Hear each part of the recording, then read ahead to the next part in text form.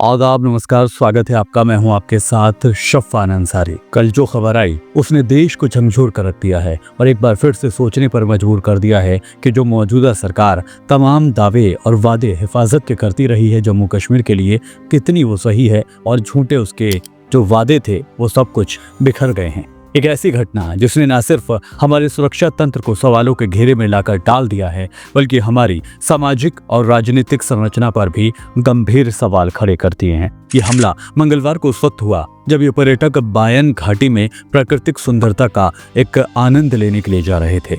Bayern घाटी पहलगाम से लगभग 5 किलोमीटर की दूरी पर एक दुर्गम इलाका माना जाता है जो घने जंगलों और कठिन भूभाग से घिरा हुआ है। यहाँ गाड़ियों का आना जाना मुश्किल होता है और इसी वजह से पर्यटक घोड़ों के जरिए इस इलाके में पहुंचते हैं। कुछ वरिष्ठ पत्रकारों का ये कहना है कि यह हमला पूरी तरह से एक सोची समझी रणनीति का हिस्सा था। दहशतगर्दों ने जानबूझकर एक ऐसी जगह को चुना जो सुरक्षा बलों की पहुंच से बाहर थी और जहां की टोपोग्राफी उन्हें इस काम को आसानी से अंजाम देने में मदद करती है। बहुत से लोगों का ये भी कहना है कि ये मामला एक सोची समझी साजिश का नतीजा था। जंगलों से आकर हमला करना और वापस हमले के बाद वापस गायब हो जाना, ये सब दिखाता है कि इस इलाके की पहले से रैकी की जा चुकी थी। ये हमला उस वक्त हुआ जब कश्मीर घाटी में पर्यटकों की तादाद में भारी इजाफा हो रहा था और इस इलाके को एक शांतिपूर्ण और सुरक्षित स्थान माना जा रहा था।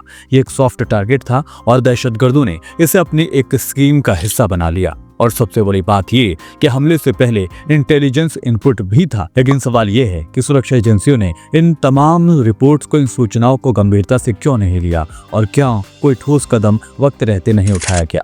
और यहाँ पर एक सबसे बड़ा सवाल ये है कि क्या 2019 में आर्टिकल 370 के हटने के बाद वाकई कश्मीर में हालात सुधरे हैं।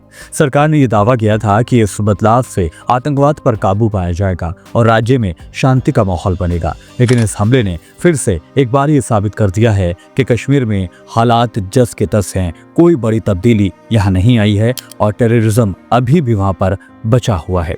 हालांकि पिछले कुछ सालों में आतंकवादी घटनाओं में कुछ कमी जरूर आई है, लेकिन यह हमला साफ तौर पर दिखाता है कि आतंकी तंत्र अब भी एक्टिव है।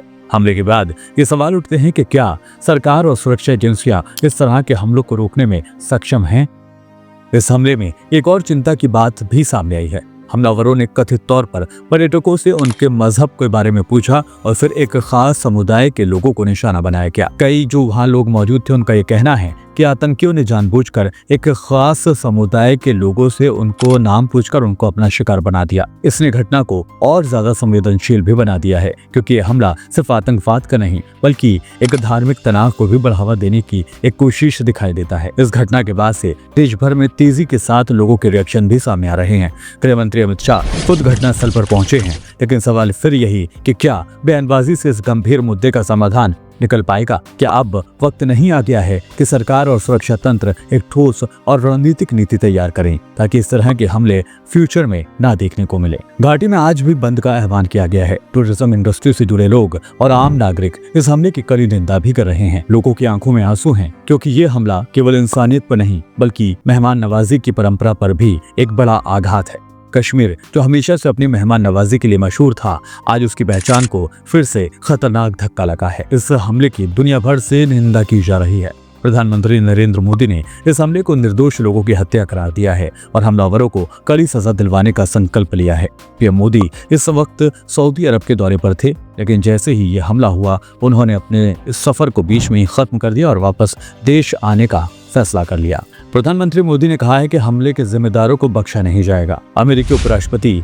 जेडी वेंस ने इस हमले के लिए अपनी गहरी संवेदना व्यक्त की है। अमेरिका के राष्ट्रपति डोनाल्ड ट्रंप ने भी हमले की निंदा की और हिंदुस्तान के साथ अपनी पूरी एकजुटता जाहिर की है। डोनाल्ड ट्रंप ने कहा है कि भारत और अमेरिका आतंकवाद के खिलाफ एकजुट हैं। हम मृतकों की आत्मा की शांति और घायलों के लिए जल्दी ही उनके स्वस्थ होने की कामना करते हैं। वहीं इजराइल के प्रधानमंत्री बेंजामिन नेतन्याहू ने भी इस हमले को बर्बर आतंकवादी हमला करार दिया है और हिंदुस्तान के साथ खड़ा होने की बात कही है।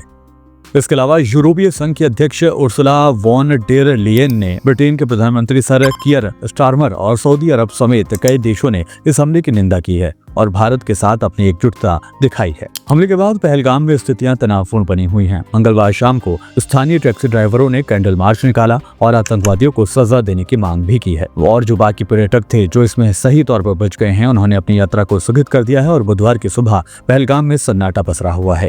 ये इलाका जो हमेशा पर्यटकों से भरा रहता था, आज पूरी तरह से खाली है। ये पूरा हमला उस वक्त हुआ है जब घाटी में टूरिज्म सीजन अपने सबसे पीक पर चल रहा था। आतंकियों ने इस वक्त का फायदा उठाया है और अब पूरे इलाके में सुरक्षा की खामियां साफ तौर पर सामने आ रही हैं।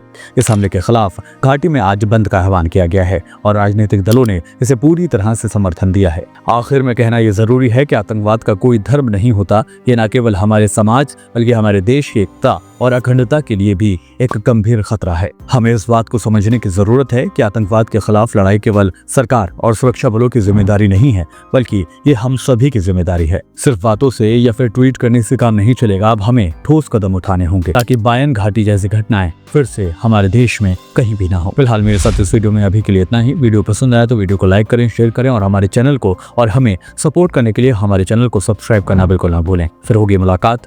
नमस्कार।